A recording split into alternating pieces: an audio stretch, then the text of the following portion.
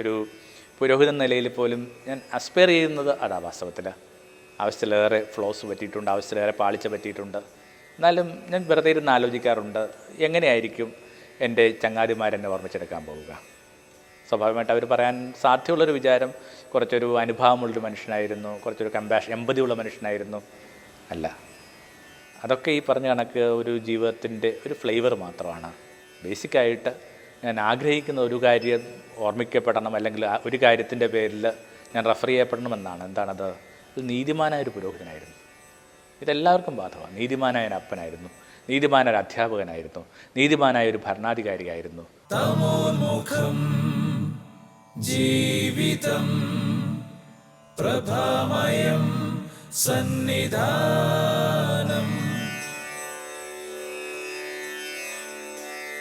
ഗുരുജനത്തിലേക്ക് സ്നേഹവന്ദനം. നീതിയുടെ വേരുകളിൽ നിന്നാണ് സ്നേഹത്തിൻ്റെ ഇലകളും പൂക്കളും പഴങ്ങളുമൊക്കെ ഉണ്ടാകുമെന്ന് പറഞ്ഞാണ് നമ്മൾ കഴിഞ്ഞ വാരത്തെ ചിന്ത അവസാനിപ്പിച്ചത്. സ്നേഹം അനീതിയിൽ ആനന്ദിക്കുന്നില്ല. എൻ്റെ അർത്ഥം, സ്നേഹം സദാ കാക്ഷിക്കുന്നത് കുറേ കൂടി നീതിപൂർവമായ ചിലയിടങ്ങളും പരിസരങ്ങളുമൊക്കെയാണ്. യേശുവിനെക്കുറിച്ച് പീലാത്തോസ് പറയുന്ന വിശേഷണം എന്താണ്? ഈ നീതിമാൻ്റെ കാര്യത്തിൽ ഞാൻ ഇടപെട്ടില്ല, നിങ്ങൾക്ക് അവനോട് ഇഷ്ടമുള്ളതുപോലെ ചെയ്തു കൊള്ളുക എന്ന് പറഞ്ഞാൽ കൈകഴുകി മാറുന്നുണ്ട്. എത്രയോ കാലമായിട്ട് പീലാത്തോസിൻ്റെ നിരീക്ഷണത്തിലായിരിക്കണം യേശു. നിങ്ങൾ ആരെങ്കിലും വിചാരിക്കുന്നുണ്ടോ ഒരു രാത്രി വിചാരണയുടെ അല്ലെങ്കിൽ ഒരു പുലരി വിചാരണയുടെ ഏതാനും മണിക്കൂറുകൾ മാത്രമാണ് പീലാത്തോസ് യേശുവിനെ അഭിമുഖീകരിക്കുന്നതെന്ന്? ആ ദേശത്തിൻ്റെ ഗവർണർ എന്ന നിലയിൽ സ്വാഭാവികമായിട്ട് ആ ദേശത്തെ ഏറ്റവും കൂടുതൽ സംസാരിച്ചു കൊണ്ടിരിക്കുന്ന ആ ചെറുപ്പക്കാരനെക്കുറിച്ച് തെളിഞ്ഞും മറഞ്ഞുമൊക്കെ ആവശ്യത്തിലേറെ വിവരങ്ങൾ പീലാത്തോസ് ശേഖരിച്ചിട്ടുണ്ടാകും. അതിൻ്റെ ഒരു കൺക്ലൂഷൻ നിലയിലാണ് ഇങ്ങനെ പറഞ്ഞ് ഈ കാര്യങ്ങൾ സമപ്പ് ചെയ്യുകയാണ്, ഈ മനുഷ്യൻ നീതിമാനാണ്. അടുത്തു നിന്നും അകന്നു നിന്നുമൊക്കെ നിങ്ങളെ നിരീക്ഷിക്കുന്നവർ അത് അവരോട് തന്നെ പറയുമോ, ഇയാളൊരു നീതിമാനായിരുന്നു. അത് വളരെ പ്രധാനപ്പെട്ടാണ്. വിശേഷിച്ചും ഏതെങ്കിലുമൊക്കെ ഒരു റെസ്പോൺസിബിലിറ്റി എടുക്കുന്ന മനുഷ്യർ, അതൊരു ആശ്രമാധിപനാവാം, ഗൃഹനാഥനാവാം, ഏതെങ്കിലുമൊക്കെ ഒരു NGO ഒക്കെ കൊണ്ട് നടക്കുന്നൊരു വ്യക്തിയാവാം. വളരെ പ്രധാനപ്പെട്ട ഒരു അഡ്ജക്റ്റീവ് എന്ന് പറയുന്നത് ഈ നീതി ഉള്ള ഒരാളെന്ന ഒരു വിശേഷണം. നമ്മൾ നേരത്തെ സൂചിപ്പിച്ച കണക്ക് സ്നേഹത്തിനും കരുണയ്ക്കുമൊക്കെ കാത്തിരിക്കാനായിട്ട് പറ്റും, പക്ഷേ നീതിക്ക് അത്ര കാത്തിരിക്കാനായിട്ട് പറ്റില്ല. നമ്മൾ പലപ്പോഴും സ്നേഹം, കരുണ തുടങ്ങിയ പദങ്ങളെക്കുറിച്ച് കൂടുതലായി സംസാരിച്ച് നീതിയെ ബൈപ്പാസ് ചെയ്യുന്നുണ്ട്. വളരെ ആഴത്തിൽ വേദപുസ്തകം നിങ്ങൾ പരിശോധിക്കുമ്പോൾ നമുക്ക് മനസ്സിലാവുന്ന ഏറ്റവും ലളിതമായ വിചാരം ഇതാണ്: വേദപുസ്തകം പറയാനായിട്ട് ശ്രമിക്കുന്നത് മനുഷ്യൻ്റെ അടിസ്ഥാന നീതിയെക്കുറിച്ചാണ്, അല്ലെങ്കിൽ അവൻ ഉറപ്പുവരുത്തേണ്ട അടിസ്ഥാന നീതിയെക്കുറിച്ചാണ്. ഇതിങ്ങനെ ക്രിസ്തുവിൽ മാത്രം സംഭവിക്കുന്നൊരു കാര്യമല്ല, അല്ലെങ്കിൽ സ്നാപകനാൽ സംഭവിക്കുന്നൊരു കാര്യമല്ല. അതിലൊരു ഏറ്റവും അണ്ടർ കറണ്ട് എന്ന് പറയുന്ന, ഏറ്റവും മറഞ്ഞു കിടക്കുന്ന ഒരു പ്രവാഹം എന്ന് പറയുന്നത് നീതി തന്നെയാണ്. നിശ്ചയമായിട്ടും വെറുതെ നമുക്ക് ആ പറഞ്ഞ പുറപ്പാടിൻ്റെ പുസ്തകത്തിലേക്ക് പോവുക. ഒരു ജനക്കൂട്ടം ഇങ്ങനെ അടിമകളെ കണക്ക് ജീവിക്കുകയായിരുന്നു, അല്ലെങ്കിൽ അടിമകളായിരുന്നു. അടിമത്തം എന്നൊക്കെ പറയുമ്പോൾ ആരും വിചാരിക്കരുത് അത് വേറെ ഏതോ കാലത്തോ വേറെ ഏതോ ദേശത്തോ ഉണ്ടായിരുന്നൊരു കാര്യമാണ്. എല്ലാ ദേശത്തും ഉണ്ടായിരുന്നു കൃത്യമായ ഈ അടിമത്തത്തിൻ്റെ ദിനങ്ങൾ.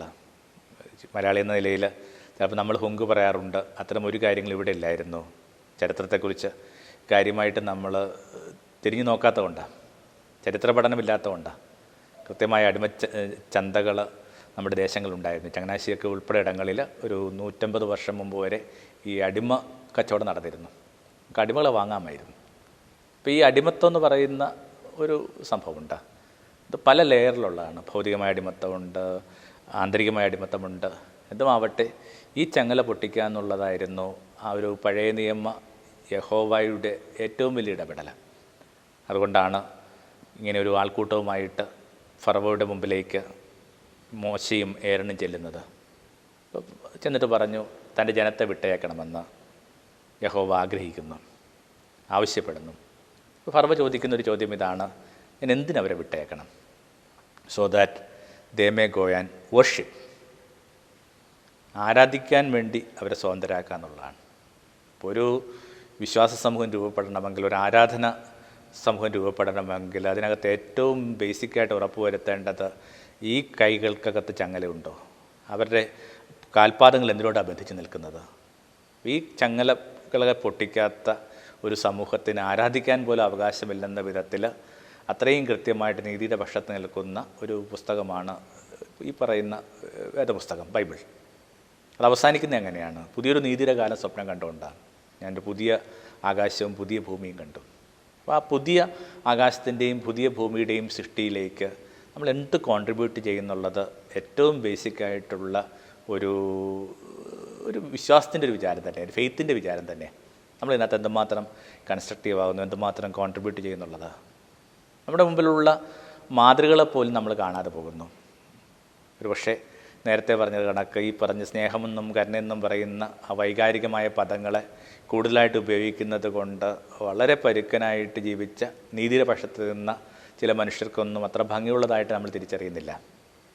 യേശുവിന് ലഭിച്ച വിശേഷണം പോലും എന്തായിരുന്നു? അയാൾ നീതിമാനാണ്. ആ വിശേഷണം പറയുന്നത് പിലാത്തോസാണ്. ഒരുപക്ഷെ ലോകത്ത് ആദ്യമായിട്ട് നീതിയെക്കുറിച്ച് ഡിസ്കഷൻ ഉണ്ടായ, നീതിയെക്കുറിച്ച് നിർവചനം രൂപപ്പെടുത്തിയ ഒരു സംസ്കാരമാണ് ഈ റോമൻ സംസ്കാരം എന്ന് പറയുന്നത്. അതിൻ്റെ ഒരു റെപ്രസെൻറ്റേറ്റീവ് എന്ന നിലയിലാണ് ഈ മനുഷ്യൻ യേശുവിനെ നിരീക്ഷിക്കുകയും പഠിക്കുകയൊക്കെ ചെയ്യുന്നത്. നിങ്ങൾ ആരെങ്കിലും വിചാരിക്കുന്നുണ്ടോ യേശുവും പിലാത്തോസും തമ്മിലുള്ള പരിചയം എന്ന് പറയുന്നത് ആ വിചാരണയുടെ ഏതാനും മണിക്കൂർ മാത്രമായിരുന്നു, ആ പുലരി വിചാരണയുടെ ഏതാനും മണിക്കൂർ മാത്രമായിരുന്നെന്ന്? അല്ല. ആ ദേശത്തിൻ്റെ ഒരു ഗവർണർ എന്ന നിലയിൽ അയാൾ തെളിഞ്ഞും മറഞ്ഞുമൊക്കെ യേശുവിനെക്കുറിച്ചുള്ള എല്ലാ വിവരങ്ങളും ശേഖരിച്ചിട്ടുണ്ട്. നിശ്ചയമായിട്ടും അതങ്ങനെ തന്നെ സംഭവിക്കുകയുള്ളൂ. കാരണം അക്കാലങ്ങളിൽ ഏറ്റവും കൂടുതൽ ചർച്ച ചെയ്യപ്പെട്ടിരുന്നത് യേശുവിനെക്കുറിച്ചുള്ള ചർച്ചകളായിരിക്കും ആ ദേശത്ത് ഏറ്റവും കൂടുതൽ സജീവമായിട്ടുണ്ടായിരുന്നത്. അതിനെക്കുറിച്ച് ചർച്ച ചെയ്യാതെ ഒരു ദിവസവും ആ നാട്ടിൽ മുമ്പോട്ട് പോയിട്ടില്ല. സ്വാഭാവികമായിട്ട് ഈ മനുഷ്യൻ യേശുവിനെ നിരീക്ഷിച്ചിട്ടുണ്ട്. എന്തിന്? അയാളുടെ ഭാര്യ പോലും ഈ മനുഷ്യനെ നിരീക്ഷിച്ചിട്ടുണ്ട്, കേട്ടറിഞ്ഞിട്ടുണ്ട്. അതുകൊണ്ടാണല്ലോ ആ വിചാരണ നടക്കുന്ന ആ ഒരു ഇടത്തിലേക്ക് അവളുടെ ഒരു ദൂതുമായിട്ട് ഒരാളെത്തുന്നത്, ഈ നീതിമാൻ്റെ കാര്യത്തിൽ ഇടപെടരുത്. സ്വാഭാവികമായിട്ട് യേശുവിനെ ഏറ്റവും കൂടുതൽ നിരീക്ഷിച്ചും പഠിക്കുകയും ഒക്കെ ചെയ്ത ഒരാളെന്ന നിലയിൽ പീലാത്തോസ് കൊടുക്കുന്ന ആ ഒരു വിശേഷണം ഏത് കാലത്തിലേക്കും പ്രതിധ്വനികളുള്ള മുഴക്കമുള്ളതാണ്. എന്താണത്? നീതിമാനായ ഈ മനുഷ്യൻ്റെ കാര്യത്തിൽ ഞാൻ ഇടപെടില്ല, അല്ലെങ്കിൽ ഇവൻ്റെ രക്തത്തിൽ, ഈ നീതിമാൻ്റെ രക്തത്തിൽ എനിക്ക് പങ്കില്ല. യേശുവിന് കിട്ടാവുന്ന ഏറ്റവും ഭംഗിയുള്ള ആ വിശേഷണം പലപ്പോഴും നമ്മൾ ചർച്ച ചെയ്യുന്നില്ല. എന്തെങ്കിലുമൊക്കെ നീതിയെക്കുറിച്ച് പറയുമ്പോൾ നമ്മൾ സെൻറ്റ് ജോസഫിൻ്റെ ഒരു നീതിയെക്കുറിച്ചൊക്കെ പറയും. നീതിമാനായ ജോസഫ് എന്ന് പറയുന്നുണ്ട്. ആ നീതിമാനായ ജോസഫിനെ ഇങ്ങനെ പലതുകൊണ്ട് ഗുണിക്കേണ്ട ബാധ്യതയുണ്ട് നമ്മൾ യേശുവിലേക്ക് എത്തുമ്പോഴാണ്. അപ്പോൾ നീതിബോധം എന്ന് പറഞ്ഞൊരു കാര്യത്തിനുള്ള ഒരു പിള്ളത്തൊട്ടിലായിട്ട് നമ്മുടെ വിശ്വാസ സംസ്കാരം മാറുന്നുണ്ടോ ഇല്ലേ എന്നുള്ള വളരെ പ്രധാനപ്പെട്ട ഒരു വിചാരമാണ്. വീടിനകത്തൊക്കെ തന്നെ ഈ നീതി നിഷേധമുണ്ട്. നിങ്ങളുടെ ആൺകുട്ടിക്കും പെൺകുട്ടിക്കും നിങ്ങൾ ഈ അണ്ടി ആർട്സിക്കാണ് ഉപയോഗിക്കുന്നത്. അവനോട് ഇന്ന ജോലികൾ ചെയ്യരുതെന്ന് പറയുന്നത് ഉൾപ്പെടെ, മുറ്റം തൂക്കുന്നത്, അടുക്കളയിൽ വന്ന് നിൽക്കുന്നതൊക്കെ പെൺകുട്ടിക്ക് വേണ്ടിയാണ് നമ്മളിങ്ങനെ സജസ്റ്റ് ചെയ്തുകൊണ്ടിരിക്കുക. അപ്പോൾ ഒരു വീടിനകത്ത് പറന്ന ഒരു ആൺകുട്ടിക്കും പെൺകുട്ടിക്കും ഇടയിൽ പോലും തുല്യതയോ ഒരു ഇക്വിറ്റിയോ ഒക്കെ നമ്മൾ രൂപപ്പെടുത്താൻ പറ്റുന്ന ഒരു ബോധമല്ല അവരുടെ ഇളനെഞ്ചിലേക്ക് നമ്മൾ നിക്ഷേപിക്കുന്നത്. അപ്പോൾ ബേസിക്കായിട്ട് ഇപ്പോൾ പെൺകുട്ടിയോടൊക്കെ പറയുന്നത് നീ ഒരു പെൺകുട്ടിയാണെന്ന് ഓർക്കണം എന്നൊക്കെ പറയുന്ന അർത്ഥം എന്താണ്? ആൺകുട്ടിയാണെന്ന് ഓർക്കുന്നത് എന്നതിനേക്കാൾ കൂടുതലായിട്ട് എന്താണ് ഈ പെൺകുട്ടിയാണെന്ന് ഓർക്കുന്നതിനകത്ത് നമ്മൾ ഇംപ്ലൈ ചെയ്യാനായിട്ട് ആഗ്രഹിക്കുന്നത്? ഒരു നീതിയുടെ, സമതയുടെ ഒക്കെ ഒരു പരിസരം രൂപപ്പെടുത്തിയെടുക്കുക എന്നുള്ളത് ഏറ്റവും ബേസിക്കാണ്. എൻ്റെ ജനത്തെ സ്വതന്ത്രമാക്കുക എന്തിനു വേണ്ടിയാണ്? So that they may go and worship. അതുകൊണ്ടായിരിക്കണം സഭയുടെ ഒരു ദീർഘമായ 12,000 വർഷങ്ങളുടെ ചരിത്രത്തിനകത്ത് അതിൻ്റെ നീതിബോധം വളരെ ശക്തമായിരുന്നു. നമ്മൾ പലപ്പോഴും ആ നീതിക്ക് വേണ്ടി നിന്ന ആ മുന്നണി പോരാളികളെ കാണുകയോ ഓർക്കുകയോ അനുസ്മരിക്കുകയോ അല്ലെങ്കിൽ പ്രണമിക്കുകയോ ഒക്കെ ചെയ്യുന്നില്ല. നിശ്ചയമായിട്ട് ഈ നീതിയുടെ കുറിച്ചുള്ള ഒരു വിചാരം നമ്മൾ അവസാനിപ്പിക്കുമ്പോൾ മറ്റൊരു വിചാരം കണ്ടു തുടങ്ങുന്നതിന് മുമ്പായിട്ട് ഒരാളൊന്ന് ഓർത്താൽ നല്ലതാണ്. അത് ഓസ്കർ റൊമാരോയാണ്. 1980. അതിൻ്റെ അർത്ഥം നമ്മുടെ ഒരു കാലത്ത് ജീവിക്കുകയും മരിക്കുകയും ചെയ്ത ഒരു മനുഷ്യനാണ്. എൽ സാൽവദോറിലെ ആർച്ച് ബിഷപ്പായിരുന്നു ഈ മനുഷ്യൻ. 1980 മാർച്ച് 24 ഈ മനുഷ്യൻ വെടിയേറ്റ് മരിക്കുക. ഒത്തിരി വിമോചന ആഭിമുഖ്യമുണ്ടായിരുന്ന ഒരു കാലത്ത് വളരെയേറെ കൺസർവേറ്റീവായിട്ടുള്ള, വളരെയേറെ ഈ പാരമ്പര്യവാദിയായിട്ടായിരുന്നു ഇദ്ദേഹത്തിൻ്റെ പ്രവേശനം. എന്നാൽ അദ്ദേഹത്തിൻ്റെ തന്നെ ഒരു സഹവൈദികൻ ഈ നീതിയുമായിട്ട് ബന്ധപ്പെട്ട ചില കാര്യങ്ങൾക്കകത്ത് നിലപാടെടുക്കേണ്ടി വന്നതിൻ്റെ പേരിൽ കൊല്ലപ്പെട്ടതോടുകൂടി ഈ മനുഷ്യൻ ഈ കാര്യങ്ങളെയൊക്കെ ഒന്ന് പുനർവിചിന്തനം ചെയ്യുകയാണ്. ആരാധനയ്ക്കും പ്രാർത്ഥനയ്ക്കും പള്ളിയും നാദങ്ങൾക്കും ഈ പറഞ്ഞ സങ്കീർത്തനങ്ങൾക്കുമൊക്കെ ഉതകുന്നൊരു ഭൂമിയാണോ നമുക്ക് ചുറ്റും രൂപപ്പെട്ടിരിക്കുന്നത്? ഇത് ഈ മനുഷ്യനെ കുറേ കൂടി അഗാധമായിട്ട് തൻ്റെ സമൂഹത്തെ അപഗ്രഥിക്കാനായിട്ട്, അനലൈസ് ചെയ്യാനായിട്ട് പ്രേരിപ്പിച്ചു. അതിനകത്തുനിന്നാണ് കൃത്യമായ നീതിയെക്കുറിച്ച് പറഞ്ഞു തുടങ്ങുന്ന ഒരു പിതാവ് രൂപപ്പെടുന്നത്. ആ പ്രഭാതത്തിൽ ഈ മനുഷ്യൻ കുറച്ച് വൈദികരുടെ ഒരു അവർക്ക് വേണ്ടി അർപ്പിക്കപ്പെട്ട ഒരു പുലരി കുർബാനയ്ക്കകത്ത് പറഞ്ഞത് അതിനെക്കുറിച്ചാണ്. ദൈവനാമത്തിൽ ഞാൻ നിങ്ങളോട് പറയുന്നു, ഈ പാവപ്പെട്ട കൃഷിക്കാരെയും ദരിദ്രരെയുമൊക്കെ ആക്രമിക്കുന്ന, അവരെ ഇല്ലാതാക്കുന്ന, അവരെ പാർപ്പിടങ്ങൾ ഇല്ലാതാക്കുന്ന, അവരുടെ കൃഷിയിടങ്ങൾ കവർ ചെയ്യപ്പെടുന്ന സാഹചര്യത്തിൽ നിന്ന് ഈ പട്ടാളവും ഗവൺമെൻറ്റുമൊക്കെ പിൻവാങ്ങണമെന്നൊക്കെ ഈ മനുഷ്യൻ വളരെ ശക്തമായിട്ടാണ് പറയുക. ആദ്യം പറയുന്നത് ഞാൻ അഭ്യർത്ഥിക്കുന്നു, പിന്നെ ഐ കമാൻഡ് എന്നാണ് പറയുക. കാരണം ഒരു വിശ്വാസ സമൂഹത്തിൻ്റെ ഒരു ഇടം കൂടിയാണ് ഈ ലാറ്റിൻ അമേരിക്കയിലെ ഈ ചെറിയ രാജ്യം. അന്ന് സന്ധ്യയ്ക്ക് ഒരു ആശുപത്രി ചാപ്പലിൽ കുർബാന അർപ്പിച്ചുകൊണ്ടിരിക്കുമ്പോൾ വലിയ വില കൊടുക്കേണ്ടതായിട്ട് വന്നു. ഇങ്ങനെ ഒരു വാഹനം വന്ന് അങ്കണത്തിൽ നിൽക്കുന്നു. അതിനകത്തുനിന്ന് ആയുധധാരിയായ ഒരു മനുഷ്യൻ വന്നിട്ട് ഇങ്ങനെ വെടിയുതിർക്കുന്നു. ഇതെൻ്റെ രക്തമാണ്, ഇതെൻ്റെ മാംസമാണെന്നൊക്കെയുള്ള കൂതാശവചനങ്ങൾ മുഴങ്ങുന്നതിന് മുമ്പായിരുന്നു അത്. അങ്ങനെ അൾത്താരയിൽ ഈ വെടിയേറ്റ് വീണ ഈ മനുഷ്യൻ, ഓസ്കർ റൊമാരോ എന്ന് പറയുന്ന മനുഷ്യനെ പിന്നീട് വിശുദ്ധനായിട്ട് ഡിക്ലെയർ ചെയ്യപ്പെടുന്നു. വളരെ കറണ്ടായിട്ടാണ് അദ്ദേഹം വിശുദ്ധനായിട്ട് ഡിക്ലെയർ ചെയ്യപ്പെടുന്നത്. അദ്ദേഹം മരിച്ച ദിവസം മാർച്ച് 24 എന്ന് പറയുന്നത് 2010 തൊട്ട് ഐക്യരാഷ്ട്ര സംഘടന ആ ദിവസം ആചരിക്കുന്നത് ഈ ഹ്യൂമൻ റൈറ്റ് വയലേഷനുമായി ബന്ധപ്പെട്ട ചില ഓർമ്മപ്പെടുത്തലിന് വേണ്ടിയാണ്. ഈ വിക്ടിംസിൻ്റെ ഡിഗ്നിറ്റിയെ പ്രിസർവ് ചെയ്യാനായിട്ടുള്ള ഒരു ദൂത ഓർമ്മപ്പെടുത്തലൊക്കെ ആയിട്ടാണ് ആ ദിവസത്തെ അവരേറ്റവും സമാധാനമായി, ഏറ്റവും ഭംഗിയായിട്ട് ആചരിക്കാനായിട്ട് ഒരു മെമ്മറി ഡേ ആയിട്ടൊക്കെ വെച്ചുകൊണ്ടിരിക്കുക. അപ്പോൾ ഒത്തിരി അങ്ങനെ നീതിയുടെ പോരാട്ടങ്ങളൊക്കെ ചുറ്റും നടക്കുന്നുണ്ട്. നേരത്തെ പറഞ്ഞ കണക്ക് നമ്മുടെ പുൾപിറ്റുകളിൽ നിന്ന്, നമ്മുടെ ഈ അൽത്താരകളിൽ നിന്ന്, നമ്മുടെ ധ്യാനകേന്ദ്രങ്ങളിൽ നിന്ന് ആ നീതിക്കായിട്ടുള്ള അത്രയും പ്രചോദനങ്ങളോ അത്രയും പ്രഘോഷണങ്ങളോ സംഭവിക്കുന്നില്ല എന്നുള്ളത് ഒരു വീണ്ടും വിചാരത്തിന് നമ്മളെ പ്രേരിപ്പിക്കേണ്ട ഒരു കാര്യം തന്നെയാണ്. അപ്പോൾ ഒരു ബേസിക്കായ നീതി ഉറപ്പുവരുത്തുക എന്നുള്ള പ്രധാനം. നിങ്ങളൊരു നീതിമാനായ മനുഷ്യനാണോ ഇല്ലേ എന്നുള്ളതാണ് പ്രധാനം. ഒരു പുരോഹിതൻ നിലയിൽ പോലും ഞാൻ അസ്പയർ ചെയ്യുന്നത് അതാ വാസ്തവത്തിൽ. ആവശ്യത്തിലേറെ ഫ്ലോസ് പറ്റിയിട്ടുണ്ട്, ആവശ്യത്തിലേറെ പാളിച്ച പറ്റിയിട്ടുണ്ട്. എന്നാലും ഞാൻ വെറുതെ ഇരുന്ന് ആലോചിക്കാറുണ്ട്, എങ്ങനെയായിരിക്കും എൻ്റെ ചങ്ങാതിമാരെന്നെ ഓർമ്മിച്ചെടുക്കാൻ പോവുക. സ്വാഭാവികമായിട്ട് അവർ പറയാൻ സാധ്യതയുള്ളൊരു വിചാരം കുറച്ചൊരു അനുഭാവമുള്ളൊരു മനുഷ്യനായിരുന്നു, കുറച്ചൊരു എമ്പതിയുള്ള മനുഷ്യനായിരുന്നു. അല്ല, അതൊക്കെ ഈ പറഞ്ഞ കണക്ക് ഒരു ജീവിതത്തിൻ്റെ ഒരു ഫ്ലേവർ മാത്രമാണ്. ബേസിക്കായിട്ട് ഞാൻ ആഗ്രഹിക്കുന്ന ഒരു കാര്യം ഓർമ്മിക്കപ്പെടണം, അല്ലെങ്കിൽ ഒരു കാര്യത്തിൻ്റെ പേരിൽ ഞാൻ റെഫർ ചെയ്യപ്പെടണമെന്നാണ്. എന്താണത്? നീതിമാനായൊരു പുരോഹിതനായിരുന്നു. ഇതെല്ലാവർക്കും ബാധകമാണ്. നീതിമാനായ ഒരു അപ്പനായിരുന്നു, നീതിമാനായ ഒരു അധ്യാപകനായിരുന്നു, നീതിമാനായ ഒരു ഭരണാധികാരിയായിരുന്നു. അവൾ നീതിബോധമുള്ളവളായിരുന്നു. വിശേഷിച്ചും ഒരു സ്ത്രീക്കൊക്കെ കിട്ടാവുന്ന ഏറ്റവും നല്ല വിശേഷണം അത് തന്നെയാണ്, നീതിബോധമുള്ളൊരു സ്ത്രീ. അത് എന്തൊരു നല്ല വിശേഷമാണ്. സ്നേഹമുള്ളൊരു സ്ത്രീയേക്കാൾ കൂടുതലായിട്ട്, കരുണയുള്ളൊരു സ്ത്രീയേക്കാൾ കൂടുതലൊക്കെ ആയിട്ട് നമ്മൾ ഒരു പക്ഷേ വരും കാലങ്ങളിൽ കാക്ഷിക്കുന്ന ആ പദമാണ് വാസ്തവത്തിൽ.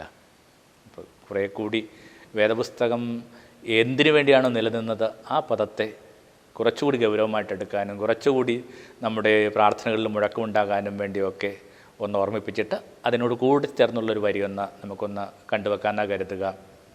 സ്നേഹം സത്യത്തിൽ ആനന്ദിക്കുന്നു. സത്യം വല്ലാത്തൊരു പദമാണ് വാസ്തവത്തിൽ. എന്താണ് സത്യം? തനിക്ക് കിട്ടിയ ഒരു ചെറിയ നേരത്ത് പിലാത്തോസ് യേശുവിനോട് ചോദിക്കാൻ ആഗ്രഹിച്ചത് അത് മാത്രമാണ്, വാട്ട് ഈസ് ട്രൂത്ത്? കാലാകാലങ്ങളായിട്ട് കലയിലും തത്വശാസ്ത്രത്തിലും കൊച്ചുവർത്താനങ്ങളിലും എല്ലാത്തരം സത്സംഗങ്ങളിലും എല്ലാത്തരം മനുഷ്യൻ്റെ അന്വേഷണങ്ങളിലും അതാണ് ഏറ്റവും ബേസിക്കായിട്ടുള്ള പ്രശ്നം. എന്താണ് സത്യം? ഒ വിജയൻ്റെ ഖസാക്കിൻ്റെ ഇതിഹാസമൊക്കെ വീണ്ടും എടുത്ത് വായിക്കുമ്പോൾ അതിനകത്തെ കഥാപാത്രങ്ങൾ മിക്കവാറും ചോദിക്കുന്നൊരു ചോദ്യമാണ്, എന്താണ് അതിൻ്റെ സത്യം? ഇപ്പം എന്താണ് അതിൻ്റെ സത്യം എന്നുള്ള അന്വേഷണമുണ്ട്.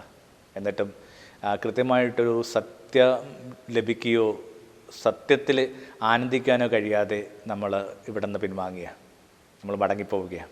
കുറേ കൂടി ഈ സത്യാന്വേഷികളെ സന്തോഷപൂർവ്വം കാണാനും സത്യത്തിന് വേണ്ടി പതുക്കെ പതുക്കെ ജീവിതം ഇങ്ങനെ കുറച്ചുകൂടി മാറ്റിവെക്കാനും തൽപരരായ മനുഷ്യർക്ക്, അല്ലെങ്കിൽ താല്പര്യമുള്ള മനുഷ്യർക്ക് മാത്രമേ സ്നേഹത്തെക്കുറിച്ചൊക്കെ ഇനി വരുംകാലങ്ങളിൽ പറയാനായിട്ട് അവകാശമുള്ളൂ. What is truth? അപ്പോൾ നമുക്കറിയാം വേദപുസ്തകത്തിൽ ഈ സത്യത്തെക്കുറിച്ച് പറഞ്ഞ, അല്ലെങ്കിൽ ഭൂമിയിലെമ്പാടുമുള്ള സത്യ നിരീക്ഷണങ്ങൾക്കകത്ത് ഏറ്റവും ശക്തമായൊരു വാക്ക് വരുന്നത് യേശുവിൻ്റെ അധരങ്ങളിൽ നിന്നാണ്. സത്യം നിങ്ങളെ സ്വതന്ത്രരാക്കും. അയാളുടെ ഏറ്റവും വലിയ സ്വാതന്ത്ര്യം എന്ന് പറയുന്ന അയാൾ അനുഭവിക്കുന്ന നേരാ. ആ നേരിന് നിരക്കാത്ത എല്ലാ കാര്യങ്ങളും നിശ്ചയമായിട്ടും ഈ മനുഷ്യനെ ഭാരപ്പെടുത്തും.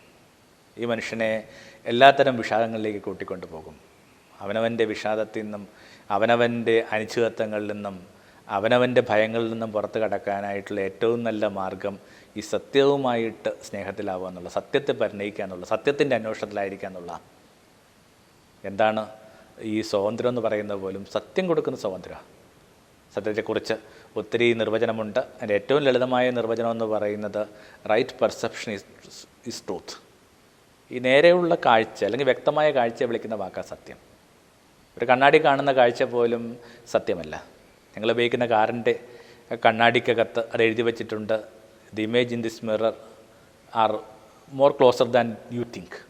ഇതിനകത്ത് കാണുന്ന പ്രതിബിംബം എന്ന് പറയുന്നത് നിങ്ങൾ വിചാരിക്കുന്നതിനേക്കാൾ അടുത്താണ്. അപ്പോൾ ഈ ഒരു മിററിൽ നോക്കിയിട്ട് നിങ്ങൾക്ക് നിങ്ങളുടെ യാത്രയുടെ മാനങ്ങൾ നിശ്ചയിക്കാനായിട്ട് പറ്റത്തില്ല. ഒരു അത്യാവശ്യം സജഷൻ മാത്രമേ ഈ മിറർ തരുന്നുള്ളൂ. ഇപ്പോൾ ഒരു കണ്ണാടി കാണുന്ന കാര്യം പോലും സത്യമല്ല. അത് വളരെ നേരെ കാണുന്നൊരു കാര്യമല്ലേ, നേരെ കാണുന്ന കാര്യമല്ലെന്നാണ് പറയുന്നത്. അപ്പോൾ ഒരു റാഷമോൺ ഇഫക്റ്റ് എന്നൊക്കെ പറഞ്ഞൊരു പദം നമ്മൾ ഇങ്ങനെ ഫിലോസഫിയിലും ആർട്ടിലും ഒക്കെ ഉപയോഗിക്കാറുണ്ട്. റൊസോവയുടെ വളരെ പ്രശസ്തമായൊരു ചിത്രമാണ് ഈ റാഷമോൺ എന്ന് പറയുന്നതിൻ്റെ ഒരു മെമ്മറി ശരിയാണെങ്കിൽ 1950 വന്നിട്ടുള്ളൊരു പടമാണ്. ഒരു കൊലപാതകം ഒരു പാർക്കിൽ വെച്ച് നടക്കുകയാണ്. ഈ കൊലപാതകത്തിന് ദൃക്സാക്ഷികളെന്ന് കൃത്യമായിട്ട് കരുതുന്ന, അങ്ങനെ തന്നെ വിശ്വസിക്കുന്ന, അങ്ങനെ തന്നെ കാണികളേക്കും വിശ്വസിക്കേണ്ട ബാധ്യതയുള്ള 4 പേര് ഇതിനെക്കുറിച്ച് വിശദീകരണങ്ങൾ തരികയാണ്. ഈ 4 വിശദീകരണങ്ങൾ കണ്ടും ഐ വിറ്റ്നസ്സാണെന്ന് ഓർപ്പിക്കണം. ഈ ഐ വിറ്റ്നസ് പറയുന്ന ഈ 4 പേര് പറയുന്ന കാര്യങ്ങളും തമ്മിൽ ഒരു ബന്ധമില്ല. 4 പേരും 4 ചിത്രം ഉണ്ടാക്കിയെടുക്കുന്നതാണ്. അത് അവരുടെ ഒരു പെർസെപ്ഷൻ അനുസരിച്ചിട്ട്, അവരുടെ ചില ഓർമ്മ അനുസരിച്ചിട്ട്, അവരുടെ ചില അപഗ്രഥനം അനുസരിച്ചിട്ട് പുതിയ പുതിയ കാര്യങ്ങൾ ഈ 4 പേരും പറയുന്നത്. ഒരേ കാര്യം കണ്ടുവെന്ന് കരുതുന്ന മനുഷ്യർ 4 വിധത്തിൽ പറയുന്നത് അവരുടെ കുഴപ്പമല്ല. അപ്പോൾ അതിനകത്ത് കിടക്കുന്ന ഈ അപാകതയെക്കുറിച്ച്, നമ്മൾ സത്യമെന്ന് കരുതുന്ന കാര്യങ്ങൾക്കകത്തുണ്ടാകുന്ന അപാകതയും, അതിനകത്ത് തന്നെ നമ്മൾ അനുഭവിക്കുന്ന ഭിന്നതകളെയും, അതിനകത്ത് തന്നെ നമ്മൾ അനുഭവിക്കുന്ന സമഗ്രതയില്ലായ്മയും വിശേഷിപ്പിക്കാൻ വേണ്ടി ഉപയോഗിക്കുന്ന ഒരു പദമാണ് റാഷമോൺ ഇഫക്റ്റ്. എല്ലാത്തിനകത്തും ഈ റാഷമോൺ ഇഫക്റ്റ് ഉണ്ട്. അതുകൊണ്ട് തന്നെ ഒരു സ്നേഹാന്വേഷി ഏറ്റവും അൾട്ടിമേറ്റായിട്ട് ഒരു സത്യാന്വേഷിയാണ്. എന്താണ് അതിൻ്റെ സത്യം?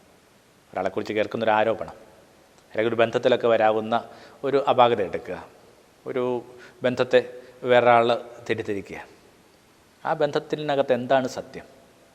ഒരു പുരുഷനും സ്ത്രീയും കൂട്ടായിരിക്കുക എന്ന് പറയുന്നതിൻ്റെ അർത്ഥം അതിനകത്ത് ഈ പറയുന്ന ഏതെങ്കിലും തരത്തിലൊക്കെ ശരീരത്തിൻ്റെ മമതകളിൽ പെട്ടുപോയ 2 പേരെന്നൊക്കെ മാത്രമാണ് അർത്ഥമുള്ളത്. ഒരു ആണിനും സൗഹൃദത്തിലായിരിക്കുന്ന കണക്ക് തന്നെ ഒരു സ്ത്രീ പുരുഷ ബന്ധങ്ങൾ എന്തുകൊണ്ട് ഒരു സമൂഹത്തിൽ രൂപപ്പെട്ടുകൂടാ?